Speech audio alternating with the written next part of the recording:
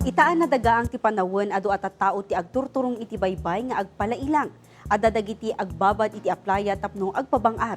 Nga mamuyo kadi at ti baybay ti agserserbi a cooler ti lubong. Nasurok iti 70% iti lubong ket danong. Daytoy ti rason no apay ama kuna a largest carbon sink ti danong wenno primary climate regulator. Ti taaw ti mangsepsep iti agarup 70% ti pudot a patataudan dagiti tao ken ti greenhouse gas.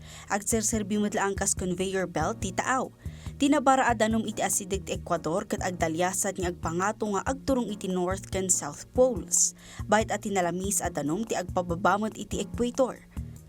Amuyo kadi kasla sponge ti taaw, bayat abumara ti danom lumawa daytoy. Ti panagpalawa ti kangrunan a rason ti panagnato ti level ti danong ti baybay.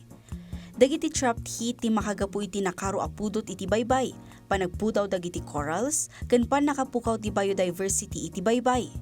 Tinabara adanong ti mangipaay iti enerhiya a kasapulan tapno mapapigsa ken mapakaro dagiti tropical cyclones wenno bagyo. May basar kadagiti panagsirarak mapmapnon ti sponge gaputa aduunay ti extra apudot ken carbon a mababsorb ti taaw tapno masalakniban datayo. Kaya't naasawan, dakkel tumot ti isublina kadatayo at taw a peggad.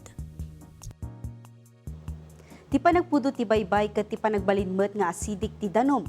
Mangtignay pay daytoy iti marine heat waves a makaigapu iti napipig sa bagyo. Ita, amuyot, barungal daw, barungad.